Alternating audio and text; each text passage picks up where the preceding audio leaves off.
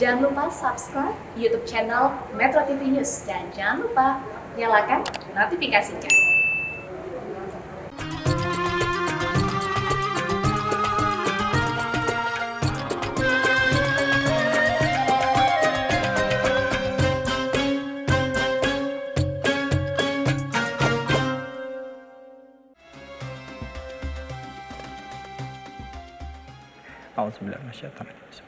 Assalamualaikum warahmatullahi wabarakatuh.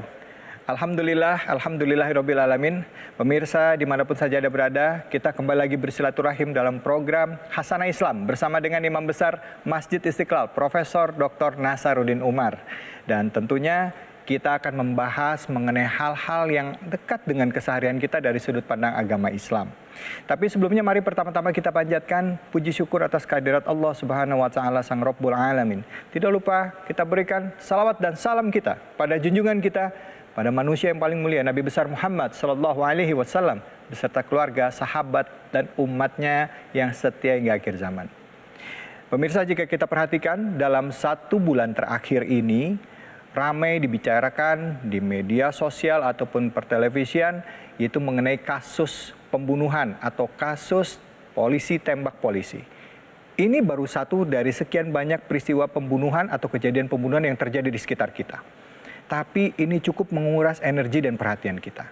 Nah, bagaimana Islam melihat pembunuhan itu sebenarnya? Saya ingin mengutip di dalam sebuah surah Al-Maidah, ya, tepatnya ayat 32. Allah Subhanahu wa taala berfirman, barang siapa yang membunuh satu orang manusia yang tidak bersalah, itu sama saja seperti membunuh seluruh umat manusia. Begitu keras ayat ini mengingatkan kepada orang yang melakukan pembunuhan. Nah, bagaimana Islam menyikapi hal ini? Pembunuhan dekat dengan kematian. Apakah Islam menyikapi ini sebagai sesuatu hal yang wajar? Bagaimana juga Islam melihat kematian, ya, dari sudut pandang keilmuan yang ada di dalamnya. Nah, untuk itu sudah hadir bersama kita guru kita, Imam Besar Masjid Istiqlal, Profesor Dr. Nasaruddin Umar. Assalamualaikum warahmatullahi wabarakatuh, Prof. Waalaikumsalam warahmatullahi wabarakatuh. Assalamualaikum, Prof. Alhamdulillah. Prof, ini temanya agak sedikit berat, Prof. Bicara mengenai kematian. Karena kalau kita sekarang melihat di media sosial ataupun di televisi, ramai kasus tentang pembunuhan. Tidak hanya tentang polisi, tapi juga ada juga aparat ataupun juga hal-hal lain.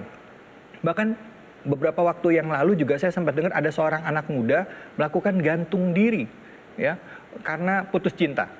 Nah, ini jadi satu pertanyaan bagi kita. Bagaimana sih Islam menyikapi tentang kematian ataupun ajal, gitu, Prof. Mohon pencerahannya, Prof. Baik, tentang tema kita. Silakan, Prof. Fadal, Prof. Bismillahirrahmanirrahim. Assalamualaikum warahmatullahi wabarakatuh. Waalaikumsalam warahmatullahi wabarakatuh. Alhamdulillahirabbil alamin wassalatu wassalamu ala sayyidina habibina wa syafi'ina wa maulana Muhammadin sallallahu alaihi wasallam. Para pemirsa yang dimuliakan Allah Subhanahu wa taala. Ya, Adinda David tadi memperolehkan sebuah peristiwa, ya kan.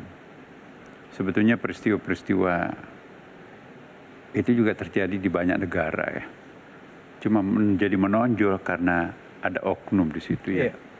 Nah, tapi yang namanya kematian itu universal. Apakah orang kecil atau orang besar, bagaimanapun pelakunya, yang namanya kematian itu sama. Artinya keluarnya, terpisahnya nyawa dari tubuh, ya, itu disebut kematian. Tapi kalau saya ingin mengingatkan kita dalam Al-Quran bahwa sebetulnya kematian dalam Al-Quran itu bukan hanya satu jenis, ya kan. Kalau kematian jenis pertama tadi, terpisahnya tubuh dengan nyawa. Ada yang ditembak, ada yang gantung diri, terpisah nyawanya dan tubuhnya. Kemudian juga ada yang mati tenggelam segala macam lah, banjir. Ya, itu ajal. Itu bentuk kematian yang umum kita pahami. Tapi kalau kita lihat Al-Quran sebetulnya, kematian itu juga ada kematian jenis lain. Ya, apa itu? Yaitu ketika roh itu kembali kepada Tuhan. Maka itulah yang disebut dengan sebetulnya inna lillahi wa inna ilaihi raji'un. Seseorang yang mampu mengembalikan rohnya kembali menyatu dengan Tuhannya. Itulah yang innalillah. Kita berasal dari Allah dan Kembali lagi kepada menjadi sekarang ini, lalu kita kembali lagi kepada Allah. Seandainya Bapak Ibu para pemirsa tafakur di tengah malam, membayangkan Tuhannya, lalu seperti seolah-olah menyatu dengan Dia, seolah-olah kita tidak sadar dan kita mengembalikan diri kita kepadanya, maka itu juga dianggap sebagai kematian. Allah. Kembalinya roh kepada aslinya, itu innalillah tuh. Maka itu juga ada hadisnya kan, mutu qabla anta mutu, matilah sebelum kalian mati. Artinya mati itu kan perlu latihan mati. Ada hadis Nabi, an-naumu akhul maut, tidur itu saudaranya mati. Nah, kita bisa menjadikan tidur ini sebagai exercise, latihan untuk mati. Man qara'a la ilaha illallah fi akhir hayatihi dakhala al-jannah.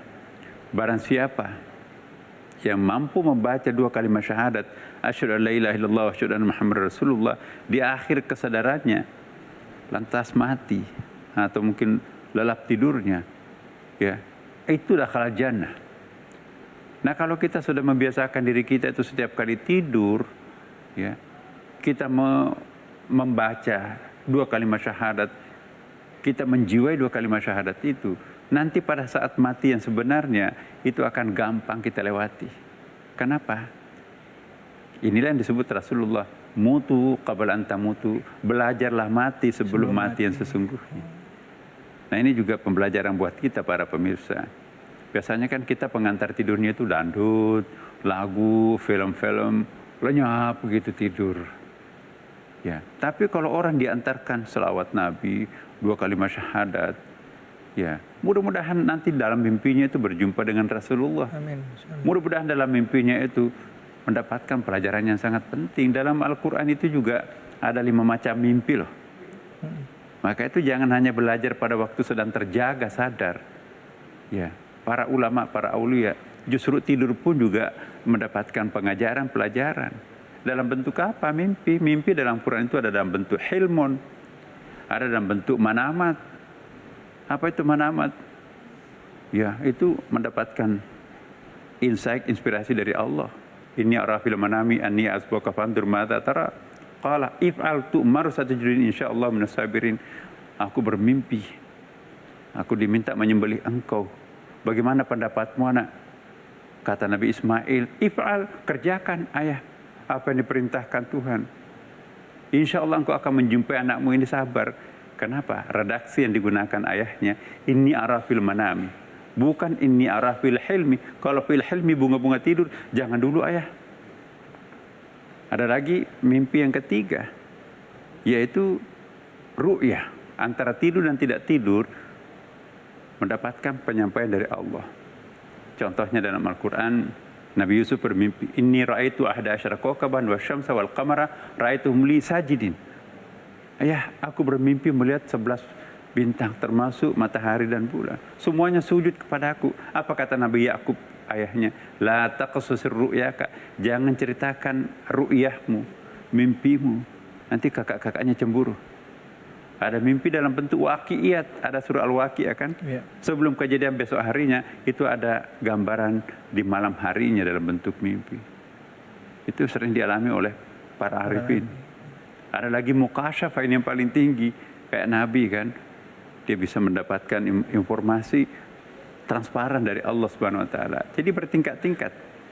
Nah, kembali lagi saya ingin menyampaikan di sini ya, bahwa sesungguhnya apa yang kita maksud mati itu tunggal pengertiannya. Only single meaning yang kita pahami bahwa kematian itu adalah terpisahnya tubuh dengan nyawa. Padahal jenis kematian lain ada. Seandainya kita sholat 5 waktu itu mampu mengembalikan roh kita kepada Allah, itu kematian. Nah, kalau kita sudah terbiasa mati, pasti kita tidak takut mati. Kenapa kita tidak takut mati? Karena tidak pernah menjalani kematian itu sendiri. Padahal Rasulullah meminta kita kan, mutu qabla anta mutu, matilah sebelum kalian mati. Dan kalau sudah kematian juga itu jangan dikira kita mati gak ada lagi apa-apanya kan. Wala tahsabanna alladziina qutilu fi sabilillahi amwata bal ahya'un inda rabbihim yurzaqun. Janganlah kalian menganggap orang itu sudah wafat. Orang itu yang amwatan itu menyerahkan dirinya, mewakafkan dirinya untuk kepentingan Allah di jalan Allah. Orang itu akan selalu dikenang. Roh tidak pernah mati, tetap abadi roh itu yang hancur ini badan ini. Dalam perspektif Al-Quran. Maka itu kalau kita memahami arti kematian tidak perlu terlalu takut mati. Apalagi kalau sering latihan mati kan.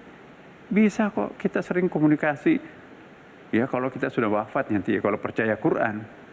Innallaha malaikatahu yusholluna 'alan nabi ya ayyuhalladzina amanu shallu 'alaihi wa sallimu taslima. Jadi contoh Allah menyampaikan kepada kita sesungguhnya Allah ya dan para malaikatnya yusholluna itu menggunakan bentuk present continuous tense.